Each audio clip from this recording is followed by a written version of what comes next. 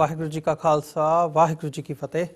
America ਦੇ ਵਿੱਚ spectrum RCN ਤੇ ਸ਼ਾਵਾ TV, ਕੈਨੇਡਾ ਦੇ ਵਿੱਚ ਬੈਲ ਕੇਬਲ ਨੈਟਵਰਕ ਰਾਹੀਂ ਤੇ world wide global CPN, roku, ਜਾਦੂ TV, TV84 ਦੀ ਆਨਲਾਈਨ ਸਟ੍ਰੀਮਿੰਗ ਜਾਂ ਫਿਰ ਫੇਸਬੁੱਕ ਰਾਹੀਂ ਸਾਡੇ ਨਾਲ ਜੁੜੇ ਹੋਏ ਸਾਰੇ ਦਰਸ਼ਕਾਂ ਦਾ ਮੈਂ ਅਮਰਵੀਰ ਸਿੰਘ ਅੱਜ ਦੇ ਪ੍ਰੋਗਰਾਮ ਵਿੱਚ ਤਹਿ ਦਿਲੋਂ ਸਵਾਗਤ ਕਰਦਾ।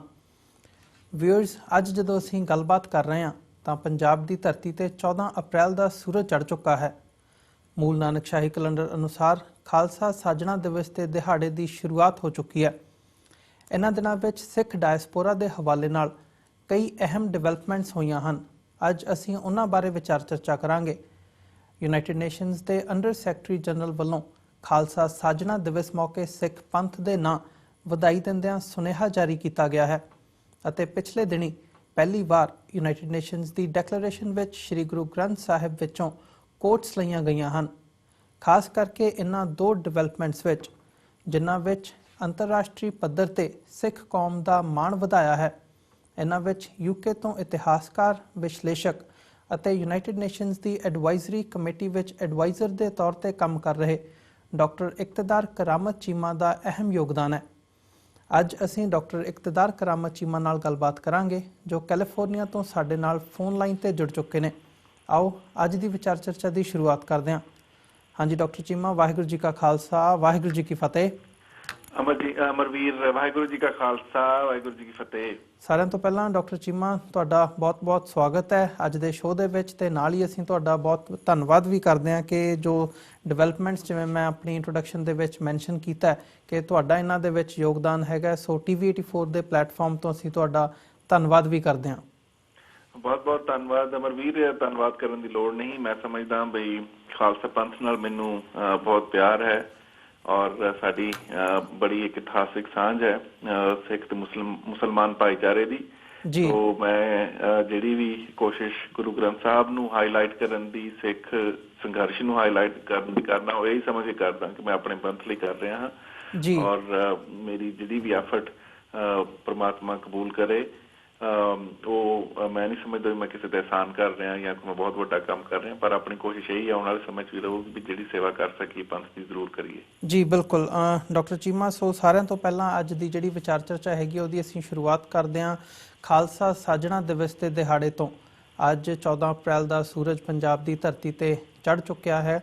ਮੂਲ ਨਾਨਕ ਸ਼ਾਹੀ ਕੈਲੰਡਰ ਅਨੁਸਾਰ ਜਿਹੜਾ ਹੈਗਾ ਅੱਜ ਦਾ ਦਿਹਾੜਾ ਖਾਲਸਾ ਸਾਜਣਾ ਦਿਵਸ ਨੂੰ ਸਮਰਪਿਤ ਕੀਤਾ ਜਾਂਦਾ ਹੈ। ਅਸੀਂ ਉਸ ਦਿਹਾੜੇ ਨੂੰ ਮਨਾ ਰਹੇ ਹਾਂ ਤੇ ਇਸ ਹਵਾਲੇ ਦੇ ਨਾਲ ਜਿਹੜੀ ਤੁਹਾਡੀ ਮੀਟਿੰਗ ਹੋਈ ਯੂਨਾਈਟਿਡ ਨੇਸ਼ਨਸ ਦੇ ਅੰਡਰ ਸੈਕਟਰੀ ਜਨਰਲ ਦੇ ਨਾਲ, ਉਹਦੇ ਵਿੱਚ ਅਮਰੀਕਨ ਗੁਰਦੁਆਰਾ ਪ੍ਰਬੰਧਕ ਕਮੇਟੀ ਦੇ ਕੋਆਰਡੀਨੇਟਰ ਡਾਕਟਰ ਪ੍ਰਿਤਪਾਲ ਸਿੰਘ ਵੀ ਮੌਜੂਦ ਸੀ, ਜਿੱਥੇ ਉਹਨਾਂ ਵੱਲੋਂ ਯੂਨਾਈਟਿਡ ਨੇਸ਼ਨਸ ਦੇ ਬਿਹਾਫ ਦੇ ਉੱਪਰ ਸਿੱਖ ਕੌਮ ਦੇ ਲਈ ਖਾਸ ਤੌਰ ਤੇ ਖਾਲਸਾ ਸਾਜਣਾ ਦਿਵਸ ਨੂੰ ਮੁੱਖ ਰੱਖਦਿਆਂ ਜਿਹੜਾ ਸੁਨੇਹਾ ਜਾਰੀ ਕੀਤਾ ਗਿਆ, ਇਸ ਬਾਰੇ ਇਹ ਜਿਹੜੀ ਡਿਵੈਲਪਮੈਂਟ ਹੋਈ ਹੈ ਇਹਨੇ ਵੀ ਸਿੱਖਾਂ ਦਾ ਜਿਹੜਾ ਮਾਣ ਹੈਗਾ ਉਹ ਵਧਾਇਆ ਦੁਨੀਆ ਭਰ ਦੇ ਵਿੱਚ।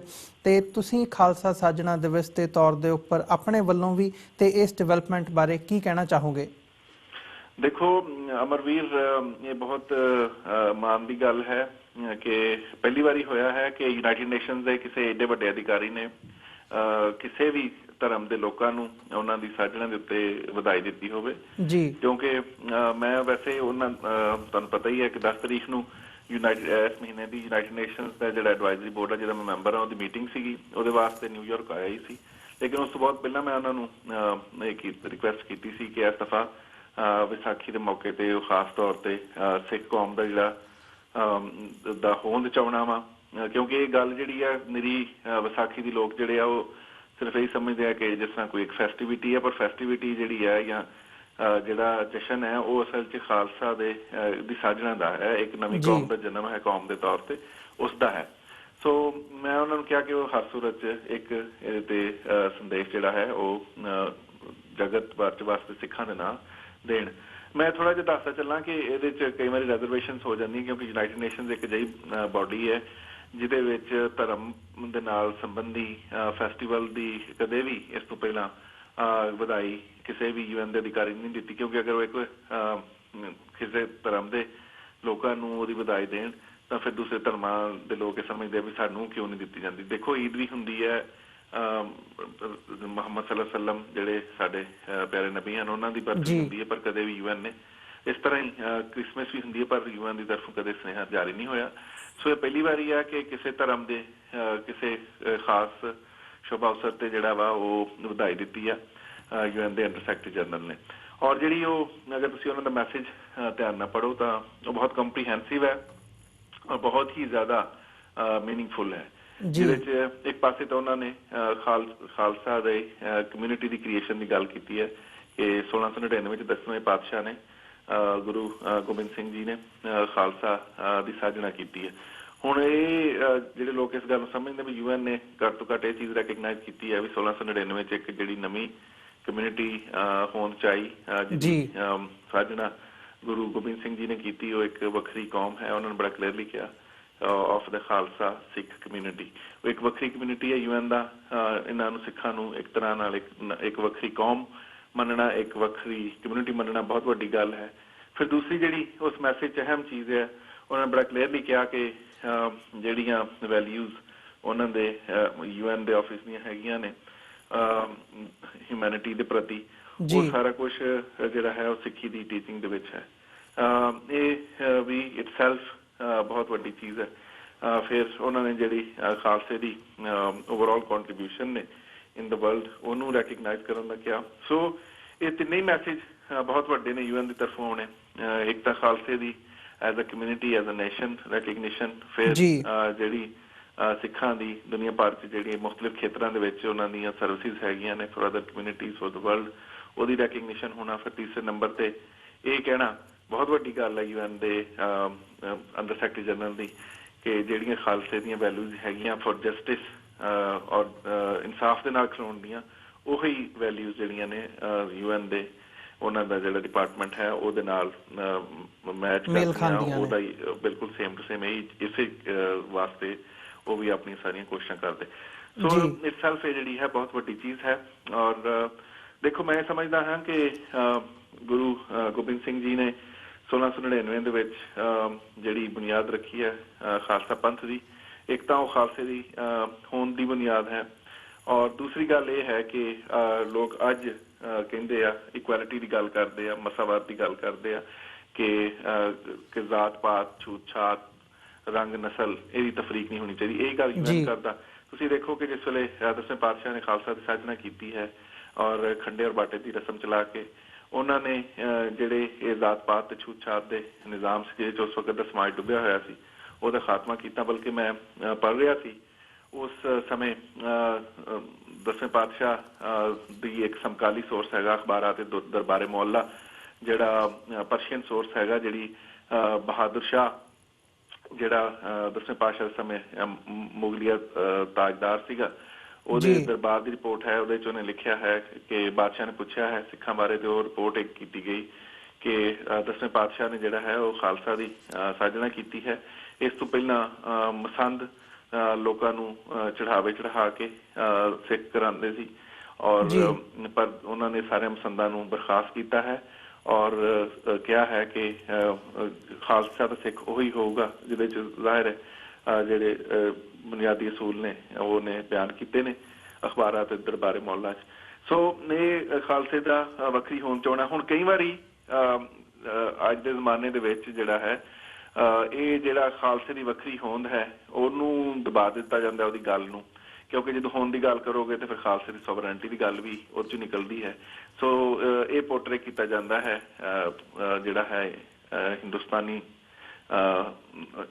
पंजाब ते पाकिस्तान वाले पासे भी, कि जिस तरह जिहड़ा है वो विसाखी कोई फसलों के पकण का त्यौहार होवे, गल ठीक है, स्प्रिंग सीजन उत्थे शुरू होंदा है, वो भी गल अपनी जगह मौजूद है, पंजाब के कल्चर का हिस्सा है, पर उस तो ज्यादा विसाखी जिहड़ी है वो किसी फसल के पकण या कट्टण का त्यौहार नहीं, बल्कि खालसे दे अपने होंद च आउण दा और खालसे दे कौम के तौर पर खड़े होने का नाम है। सो UN उन्होंने पहली बारी उन्होंने रैकगनाइज किया है इस साल, जिहड़ी बहुत वड्डी गल है। मैं सारे सिख जगत नूं इहदी बहुत बहुत बधाई देना चाहना। जी बिल्कुल। इस तो पहला एक जिहड़ी तुसीं पहला TV 84 जिक्र कर चुकिया है कि पिछले महीने मार्च दे विच UN एक्सपर्ट्स की एक मीटिंग लेबनान के शहर बैरूत हुई, जिथे UN का एक नवा डैक्लेरेशन फेथ फॉर ह्यूमन राइट्स जिहड़ा है वो UN ने अडॉप्ट किया है। क्योंकि UN का जिहड़ा ह्यूमन राइट्स चार्टर है 1948 च आया, उसके बाद UN ने हुण इस शय की जरूरत महसूस की कि किसी तरह उस चार्टर नूं हुण ऑपरेशनल किया जाए। सो ਉਹਦੇ ਵਿੱਚ ਹੁਣ ਅਸੀਂ ਵਿਸਥਾਰ ਨਾਲ ਵੀ ਗੱਲ ਕਰਾਂਗੇ, लेकिन ਉਹਦੀ ਜਿਹੜੀ ਮੇਨ ਚੀਜ਼ ਹੈ ਉਹ ਇਹ ਹੈ ਕਿ ਜਿਸ ਵੇਲੇ ਉਹਦਾ ਡਰਾਫਟ ਤਿਆਰ ਹੋ ਰਿਹਾ ਸੀ, ਕਿਉਂਕਿ ਆਪ ਦੇ ਸਟਾਫ ਨੂੰ ਵੀ ਉਹਦੇ ਵਿੱਚ ਸ਼ਾਮਲ ਸੀਗਾ, ਮੈਂ ਉਹਦੀ ਡਰਾਫਟਿੰਗ ਕਮੇਟੀ ਨੂੰ ਹੈਡ ਕਰ ਰਿਹਾ ਸੀ ਉਸ ਸਮੇਂ ਤੇ ਜਿਸ ਵੇਲੇ ਉਹਦਾ ਡਰਾਫਟ ਸਾਹਮਣੇ ਲਿਆਇਆ ਗਿਆ ਮੇਰੇ ਤੇ ਉਹਦੇ 'ਚ ਕੁਰਾਨ ਦੇ ਰੈਫਰੈਂਸ ਵੀ ਸੀਗੇ, ਉਹਦੇ 'ਚ ਬਾਈਬਲ ਦੇ ਰੈਫਰੈਂਸ ਵੀ ਸੀ। ਸੋ ਜਿਹੜੇ ਬੇਸਿਕਲੀ ਬ੍ਰਾਹਮਿਕ ਫੇਥ ਹੈਗੇ ਆ ਜਿਸ 'ਚ ਜੁਡਾਇਜ਼ਮ, ਕ੍ਰਿਸਚੈਨਿਟੀ, ਇਸਲਾਮ ਹੈ, ਉਹਦੇ ਰੈਫਰੈਂਸ ਸੀ। ਤਾਂ ਮੈਂ ਉਹਨਾਂ ਨੂੰ ਕਿਹਾ ਵੀ ਮੇਰੇ ਇਸ ਤਰ੍ਹਾਂ ਦੇ ਡਰਾਫਟ ਤੇ ਮੈਂ ਸਹਿਮਤ ਨਹੀਂ ਹੋ ਸਕਦਾ, ਕਿਉਂਕਿ ਸਿੱਖੀ ਦੁਨੀਆ ਦਾ 5ਵਾਂ ਵੱਡਾ ਧਰਮ ਹੈ।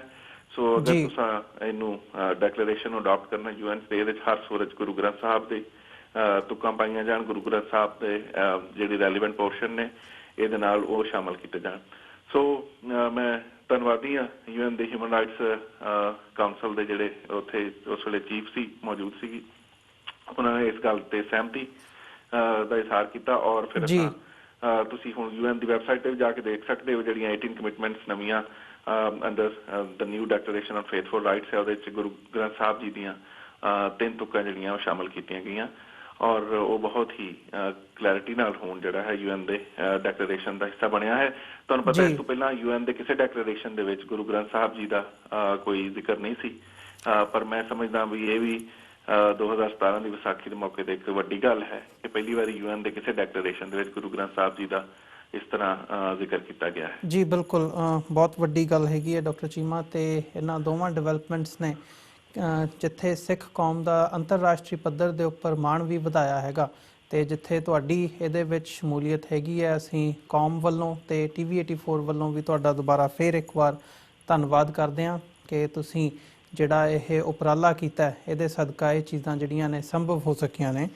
ਸੋ ਜੇ ਅਸੀਂ ਇਸ ਗੱਲ ਨੂੰ ਅੱਗੇ ਤੋਰਨਾ ਹੋਵੇ ਡਾਕਟਰ ਚੀਮਾ, ਜਿਵੇਂ ਤੁਸੀਂ ਗੱਲ ਕਰ ਰਹੇ ਸੀਗੇ, ਤੁਸੀਂ ਮੈਂਸ਼ਨ ਕੀਤਾ ਕਿ ਵਿਸਾਖੀ ਨੂੰ ਜਿਹੜਾ ਇੱਕ ਉਹਦਾ ਕਲਚਰਲ ਸੰਦਰਭ ਹੈਗਾ, ਕਲਚਰਲ ਪਰਸਪੈਕਟਿਵ ਦੇ ਵਿੱਚੋਂ ਜ਼ਿਆਦਾ ਪੇਸ਼ ਕੀਤਾ ਜਾਂਦਾ ਹੈਗਾ, ਇੱਕ ਕਲਚਰਲ ਆਸਪੈਕਟ ਦੇ ਨਾਲ ਜੋੜ ਕੇ, ਪਰ ਜਿਹੜਾ ਇਹਦਾ ਇੱਕ ਧਾਰਮਿਕ ਪੱਖ ਹੈਗਾ ਖਾਲਸਾ ਸਾਜਣਾ ਦਿਵਸ ਦੇ ਨਾਲ ਜੁੜਿਆ ਹੋਇਆ, ਉਹਨੂੰ ਪੰਜਾਬ ਦੇ ਵਿੱਚ ਦੋਵੇਂ ਪਾਸਿਆਂ ਦੇ ਈਸਟ ਤੇ ਵੈਸਟ ਪੰਜਾਬ ਦੀ ਜਦੋਂ ਅਸੀਂ ਗੱਲ ਕਰਦੀ ਹੈ, ਉਹ ਮੀਡੀਆ ਵੱਲੋਂ ਤੇ ਹੋਰ ਅਦਾਰਿਆਂ ਵੱਲੋਂ ਜਦੋਂ ਇਹਦੀ ਪ੍ਰਮੋਸ਼ਨ ਦੀ ਗੱਲ ਆਉਂਦੀ ਹੈ ਜਾਂ ਇਹਨੂੰ ਪੋਰਟਰੇ ਕਰਨ ਦੀ ਗੱਲ ਆਉਂਦੀ ਹੈ ਤਾਂ ਉਹ ਕਿਤੇ ਨਾ ਕਿਤੇ ਜਿਹੜਾ ਹੈਗਾ ਉਹ ਨੈਗਲੈਕਟ ਕੀਤਾ ਜਾਂਦਾ ਹੈ। ਤੁਸੀਂ ਹਿਸਟੋਰੀਅਨ ਹੈਗੇ ਹੋ, ਤੁਸੀਂ ਐਨਾਲਾਈਜ਼ ਕਰਦੇ ਹੋ, ਇਹਦੇ ਪਿੱਛੇ ਕਾਰਨ ਕੀ ਸਮਝਦੇ ਹੋ ਕਿ ਇਹ ਕਿਉਂ ਕੀਤਾ ਜਾਂਦਾ ਹੈ, ਤੇ ਇਹਦਾ ਜੇ ਅਸੀਂ ਕੌਮੀ ਪੱਖ ਦੇ ਵਿੱਚੋਂ ਅਸੀਂ ਇੱਕ ਸੋਲਿਊਸ਼ਨ ਦੇ ਤੌਰ ਤੇ ਦੇਖਣਾ ਹੋਵੇ ਉਹ ਕੀ ਹੋ ਸਕਦਾ ਹੈ?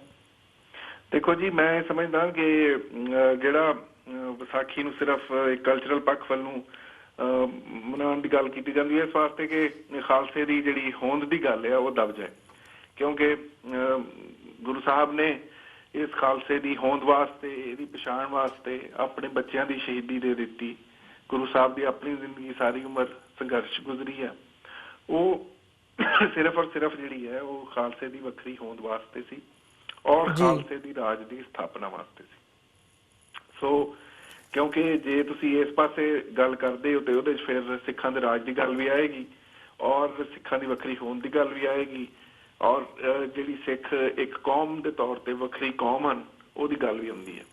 ਸੋ ਜਿਹੜੇ ਦੇਸ਼ 'ਚ ਅੱਜ ਸਿੱਖ ਮੈਜੋਰਟੀ 'ਚ ਵਸਦੇ ਨੇ, ਉਸ ਦੇਸ਼ ਨੇ ਕਦੇ ਵੀ ਸਿੱਖਾਂ ਦੀ ਹੋਂਦ ਨੂੰ ਅੱਜ ਤੱਕ ਨਹੀਂ ਮੰਨਿਆ, ਬਲਕਿ ਤੁਸੀਂ ਇਹ ਦੇਖੋਗੇ ਜਿਹੜੀ ਮੇਰੀ ਰਿਪੋਰਟ ਇਸ ਤੋਂ ਪਹਿਲਾਂ United States commission on international religious freedom ਨੇ ਛਾਪੀ ਸੀ ਫਰਵਰੀ 'ਚ ਇਸੇ ਸਾਲ ਹੀ ਰਿਲੀਜ਼ ਕੀਤੀ ਸੀ, ਜਿਸ ਤੇ ਭਾਰਤੀ ਸਰਕਾਰ ਬਹੁਤ ਪਰੇਸ਼ਾਨ ਹੋਈ, ਉਹਨਾਂ ਦੇ ਫੋਰਨ ਆਫਿਸ ਨੇ ਵੀ ਉਹਨੂੰ ਰਿਜੈਕਟ ਕੀਤਾ। ਉਹਦੇ 'ਚ ਮੈਂ ਬੜਾ ਕਲੀਅਰਲੀ ਲਿਖਿਆ ਕਿ ਅੱਜ ਵੀ ਧਾਰਾ 5 ਦੀ ਕਲੌਜ਼ 2B ਜਿਹੜੀ ਹੈ ਉਹਦੀ ਐਕਸਪਲੇਨੇਸ਼ਨ ਜਿਹੜੀ ਹੈ ਉਹ ਅੱਜ ਵੀ ਸਿੱਖਾਂ ਨੂੰ, ਬੋਧੀਆਂ ਤੇ ਜੈਨੀਆਂ ਨੂੰ ਹਿੰਦੂ ਧਰਮ ਦਾ ਹਿੱਸਾ ਦੱਸਦੀ ਹੈ। ਉਹਦੀ ਵਜ੍ਹਾ ਤੋਂ ਅੱਜ ਤੱਕ ਸਿੱਖਾਂ ਦੇ ਪਰਸਨਲ ਸਟੇਟਸ ਲਾਅ ਨਹੀਂ ਬਣ ਸਕੇ। ਅੱਜ ਵੀ ਉਹਨਾਂ ਦੀ ਮੈਰਿਜ ਹਿੰਦੂ ਮੈਰਿਜ ਐਕਟ ਦੇ ਹੇਠ ਰਜਿਸਟਰ ਹੁੰਦੀ ਹੈ। ਅੱਜ ਵੀ ਉਹਨਾਂ ਦੇ ਉੱਤੇ ਜਿਹੜਾ ਹਿੰਦੂ ਵਿਰਾਸਤ ਦਾ ਕਾਨੂੰਨ ਹੈ ਉਹ ਭਾਰਤ ਨੇ ਲਾਗੂ ਕਰ ਰੱਖਿਆ ਹੈ। ਸੋ ਉਹ ਇਸ ਵਾਸਤੇ ਉੱਥੇ ਦਾ ਮੀਡੀਆ ਕਦੇ ਵੀ ਜਿਹੜੀ ਵਿਸਾਖੀ ਹੈ ਉਹਨੂੰ ਧਾਰਮਿਕ ਪੱਖ ਨਾਲ ਪੇਸ਼ ਨਹੀਂ ਕਰੇਗਾ, ਉਹਨੂੰ ਕਦੇ ਵੀ ਸਿੱਖਾਂ ਦੀ ਵੱਖਰੀ ਹੋਂਦ ਦੇ ਪੱਖ ਨਾਲ ਪੇਸ਼ ਨਹੀਂ ਕਰੇਗਾ, ਕਦੇ ਵੀ ਨਹੀਂ ਦੱਸੇਗਾ ਕਿ ਗੁਰੂ ਸਾਹਿਬ ਦੀ ਜਿਹੜੀ ਸਾਰਾ ਸੰਘਰਸ਼ ਹੈ ਉਹ ਸਿੱਖਾਂ ਨੂੰ ਜਿਹੜਾ ਹੈ ਉਹਨਾਂ ਦੀ ਹੋਂਦ ਦਿਵਾਉਣ ਵਾਸਤੇ ਸੀ। बल्कि मैं क्योंकि मैं खोजकार हाँ पर्शियन का टैक्स भी चंगी तरह जानता हाँ। मैं एक रिपोर्ट पढ़ रहा सी जी अगेन उतों ही अखबार से दरबारे मौला की सेम ही रिपोर्ट है वो उन्हें लिखा वा एम्परर नूं कि इन्होंने जिहड़े महंत आ उन्होंने बर्खास्त करके खालसा की साजना की है तो जिहदी वजह तो खत्रियां दे विच एक भुचाल आ गया है ਉਹਦੀ ਵਜ੍ਹਾ ਤੋਂ ਖੱਤਰੀਆਂ ਦਾ ਜਿਹੜਾ ਸਮਾਜ ਹੈ ਉਹਦੇ ਵਿੱਚ ਵਿਰਾਸਤ ਦੇ ਮਸਲੇ ਤੇ ਵਿਆਹ ਦੇ ਖੜੇ ਹੋ ਗਏ ਨੇ। ਤੁਸੀਂ ਇਹ ਦੇਖੋ ਕਿ ਖਾਲਸੇ ਦੀ ਸਾਜਣਾ ਦੇ ਬਾਅਦ ਹੀ ਪਹਾੜੀ ਰਾਜਿਆਂ ਨੇ ਜਿਹੜਾ ਹੈ ਉਹ ਗੁਰੂ ਸਾਹਿਬ ਦੇ ਖਿਲਾਫ ਜਿਹੜੀਆਂ ਜੰਗਾਂ ਨੇ ਸ਼ੁਰੂ ਕੀਤੀਆਂ ਕਿਉਂਕਿ ਉਹਨਾਂ ਦਾ ਜਿਹੜਾ ਸਮਾਜ ਹੈ ਉਸ ਸਮੇਂ ਵੀ ਅੱਜ ਵੀ ਉਹ ਸਿਰਫ ਜ਼ਾਤ ਪਾਤ ਦੇ ਨਿਜ਼ਾਮ ਤੇ ਖੜਾ ਹੈ ਔਰ ਦੂਸਰੇ ਪਾਸੇ 10ਵੇਂ ਪਾਤਸ਼ਾਹ ਨੇ ਜ਼ਾਤ ਪਾਤ ਦੇ ਨਿਜ਼ਾਮ ਨੂੰ ਇਸ ਤਰੀਕੇ ਨਾਲ ਖਤਮ ਕੀਤਾ ਕਿ ਉਹਨਾਂ ਨੇ ਇੱਕੋ ਹੀ ਬਾਟੇ ਦੇ ਵਿੱਚੋਂ ਬਗੈਰ ਕਿਸੇ ਜ਼ਾਤ ਦੇ ਬਗੈਰ ਕਿਸੇ ਰੰਗ ਦੇ ਬਗੈਰ ਕਿਸੇ ਨਸਲ ਦਾ ਖਿਆਲ ਕਰਦੇ ਹੋਏ ਸਾਰਿਆਂ ਨੂੰ ਇੱਕ ਦੂਸਰੇ ਦਾ ਝੂਠਾ ਖਿਲਾਇਆ ਔਰ ਪਿਲਾਇਆ ਤਾਂ ਕਿ ਉਹਨਾਂ ਨੂੰ ਇੱਕ ਕੌਮ ਦਾ ਹਿੱਸਾ ਬਣਾ ਦੇਣ। ਸੋ ਇਹ ਉਸੇ ਤੁਹਾਨੂੰ ਪਤਾ ਪਹਾੜੀ ਰਾਜਿਆਂ ਨੇ ਵੀ ਗੁਰੂ ਸਾਹਿਬ ਨੂੰ ਕਿਹਾ ਵੀ ਅਸੀਂ ਵੀ ਅੰਮ੍ਰਿਤ ਛਕਣ ਨੂੰ ਤਿਆਰ ਹਾਂ ਪਰ ਅਸੀਂ ਜਿਹੜੇ ਨੀਚ ਜ਼ਾਤਾਂ ਵਾਲੇ ਹੈਗੇ ਆ ਉਹਨਾਂ ਦੇ ਨਾਲ ਰਲ ਕੇ ਇਹ ਕੰਮ ਨਹੀਂ ਕਰਨਾ ਚਾਹੁੰਦੇ। ਸੋ ਜਦੋਂ ਖਾਲਸੇ ਦੀ ਅਸਲ ਜਿਹੜੀ ਬੁਨਿਆਦ ਹੈ ਇਹਨਾਂ ਚੀਜ਼ਾਂ ਤੇ ਹੈ equality amongst all the human being dignity of the human race ਜੀ ਔਰ ਆਈਡੈਂਟਿਟੀ ਆਫ ਦ ਸਿੱਖ। ਮੈਂ ਸਮਝਦਾ ਵੀ ਇਹ ਤਿੰਨ ਮੇਨ ਪ੍ਰਿੰਸੀਪਲ ਹੈਗੇ ਆ ਜਿਹੜੇ ਗੁਰੂ ਸਾਹਿਬ ਨੇ ਖਾਲਸੇ ਦੀ 1699 ਦੇ ਵਿੱਚ ਸਾਜਨਾ ਕਰਦਿਆਂ ਹੋਇਆ ਸਾਹਮਣੇ ਰੱਖੇ ਪਰ ਇਹ ਤਰੇਵੇਂ ਹੀ ਇਹ ਅਜਿਹੇ ਅਸੂਲ ਹੈ ਜਿਹੜੀ ਉੱਥੇ ਵਸਣ ਵਾਲੀ ਵੱਡੀ ਗਿਣਤੀ ਨੂੰ ਪਸੰਦ ਨਹੀਂ। ਇਸ ਵਾਸਤੇ ਕਦੇ ਵੀ ਜਿਹੜਾ ਹੈ ਉਹ ਜਿਹੜਾ ਪੱਖ ਹੈਗਾ ਧਾਰਮਿਕ ਵਿਸਾਖੀ ਦਾ ਉਹਨੂੰ ਸਾਹਮਣੇ ਨਹੀਂ ਲਿਆਉਣਗੇ ਬਲਕਿ ਉਹ ਇਹੀ ਸਮਝਣਗੇ ਵੀ ਔਰ ਅਸੀਂ ਉਹਨਾਂ ਨੂੰ ਕਿਉਂ ਬਲੇਮ ਕਰੀਏ। ਅਸੀਂ ਸਾਡੇ ਪ੍ਰਚਾਰਕ ਸਾਡੇ ਬਹੁਤ ਸਾਰੇ ਲੋਕ ਬਹੁਤ ਸਾਰੇ ਗੁਰਦੁਆਰੇ ਕੁਛ ਉਹਨਾਂ ਚ ਕਰਦੇ ਨੇ ਸਿੱਖਾਂ ਦੀ ਵੱਖਰੀ ਹੋਣ ਦੀ ਗੱਲ ਵੀ ਕਰਦੇ ਨੇ ਉਹਨਾਂ ਦੇ ਰਾਜ ਦੇ ਸੰਕਲਪ ਵੀ ਕਰਦੇ ਨੇ ਪਰ ਬਹੁਤ ਸਾਰੇ ਜਿਹੜੇ ਨੇ ਉਹਨੂੰ ਸਿਰਫ ਇੱਕ ਜੇ ਇੱਕ ਸਕਾਫਤੀ ਜੇ ਕਲਚਰਲ ਜੇ ਤਿਉਹਾਰ ਦੇ ਤੌਰ ਤੇ ਮਨਾ ਛੱਡਦੇ ਨੇ ਤੇ ਜਿਹੜੀ ਅਸਲ ਗੱਲ ਹੈ ਖਾਲਸੇ ਦੀ ਹੋਣ ਦੀ ਆ ਉਹਨਾਂ ਦੇ ਰਾਜ ਦੀ ਸਥਾਪਤੀ ਦੀ ਉਹਦੇ ਕੋਈ ਗੱਲ ਨਹੀਂ ਕਰਦੇ। ਜੀ ਬਿਲਕੁਲ ਡਾਕਟਰ ਚੀਮਾ ਜਦੋਂ ਅਸੀਂ ਇਹਨੂੰ ਮੈਜੋਰਿਟੀ ਦੇ ਤੌਰ ਤੇ ਦੇਖਦੇ ਹਾਂ ਤਾਂ ਜਿਹੜਾ ਪ੍ਰੋਪੇਗੈਂਡਾ ਕਹਿ ਲਓ ਮੀਡੀਆ ਵੱਲੋਂ ਕੀਤਾ ਜਾਂਦਾ ਇਹਨੂੰ ਕਲਚਰਲ ਲਬਾਦੇ ਦੇ ਵਿੱਚ ਲਪੇਟ ਕੇ ਪੇਸ਼ ਕੀਤਾ ਜਾਂਦਾ ਸਾਰੇ ਤਿਉਹਾਰ ਨੂੰ ਉਹਨੂੰ ਹੀ ਬਾਏ ਕਰਦੇ ਆ ਇਹ ਗੱਲ ਵੀ ਕਿਤੇ ਨਾ ਕਿਤੇ ਸਮਝ ਆਉਂਦੀ ਹੈ ਪਰ ਇਹਨੂੰ ਅੱਜ ਦੇ ਸੰਦਰਭ ਦੇ ਵਿੱਚ ਤੁਸੀਂ ਜਦੋਂ ਅਸੀਂ ਪ੍ਰੈਜ਼ੈਂਟ ਸਿਚੁਏਸ਼ਨ ਨੂੰ ਦੇਖਦੇ ਹਾਂ ਅਸੀਂ ਈਸਟ ਤੇ ਵੈਸਟ ਪੰਜਾਬ ਦੀ ਗੱਲ ਕਰ ਰਹੇ ਹਾਂ ਤਾਂ ਇੰਡੀਆ ਤੇ ਪਾਕਿਸਤਾਨ ਦੀ ਗੱਲ ਕਰਦੇ ਹਾਂ ਜਿੱਥੇ ਆਈਡੈਂਟਿਟੀ ਦੀ ਗੱਲ ਹੈਗੀ ਹੈ ਸਿੱਖ ਕੌਮ ਦੀ ਇੱਕ ਵੱਖਰੀ ਵਿਚਾਰਧਾਰਾ ਦੀ ਗੱਲ ਹੈਗੀ ਹੈ ਜਿਹੜੀ 1699 ਦੇ ਵਿੱਚ ਗੁਰੂ ਗੋਬਿੰਦ ਸਿੰਘ ਪਾਤਸ਼ਾਹ ਨੇ ਐਸਟੈਬਲਿਸ਼ ਕੀਤੀ ਸੀ।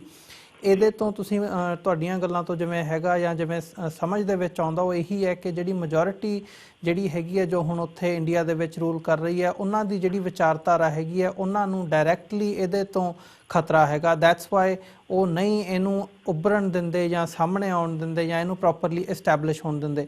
ਸੋ ਅੱਜ ਦੀ ਡੇਟ ਦੇ ਵਿੱਚ ਤੁਸੀਂ ਕੀ ਮੁਸ਼ਕਿਲਾਂ ਦੇਖਦੇ ਹੋ ਉੱਥੇ ਇੰਡੀਆ ਤੇ ਪਾਕਿਸਤਾਨ ਦੇ ਜਿਹੜੇ ਹੁਣ ਰਿਲੇਸ਼ਨਸ ਨੇ ਉਹ ਵੀ ਕਿਤੇ ਨਾ ਕਿਤੇ ਬਹੁਤੇ ਚੰਗੇ ਨਹੀਂ ਜਾਪਦੇ ਤੇ ਸਿੱਖ ਕੌਮ ਨੂੰ ਕਿਸ ਦਿਸ਼ਾ ਵੱਲ ਪੇਸ਼ਕਦਮੀ ਕਰਨ ਦੀ ਲੋੜ ਹੈਗੀ ਹੈ ਤਾਂ ਕਿ ਜਿਹੜੀਆਂ ਸਾਡੀਆਂ ਵੈਲਿਊਜ਼ ਹੈਗੀਆਂ ਨੇ ਜਾਂ ਜਿਹੜੇ ਸਾਡੀਆਂ ਇਹ ਸਾਡੇ ਚਿੰਨ੍ਹ ਹੈਗੇ ਨੇ ਭਾਵੇਂ ਉਹ ਆਈਡੈਂਟਿਟੀ ਦੀ ਗੱਲ ਹੋਵੇ ਭਾਵੇਂ ਉਹ ਸਾਡੀ ਵੱਖਰੀ ਪਹਿਚਾਣ ਦੀ ਗੱਲ ਹੋਵੇ ਉਹਨੂੰ ਅਸੀਂ ਪ੍ਰੋਪਰਲੀ ਐਸਟੈਬਲਿਸ਼ ਕਰ ਸਕੀਏ ਤੇ ਉਹਨੂੰ ਦੁਨੀਆ ਭਰ ਦੇ ਵਿੱਚ ਫੈਲਾ ਸਕੀਏ।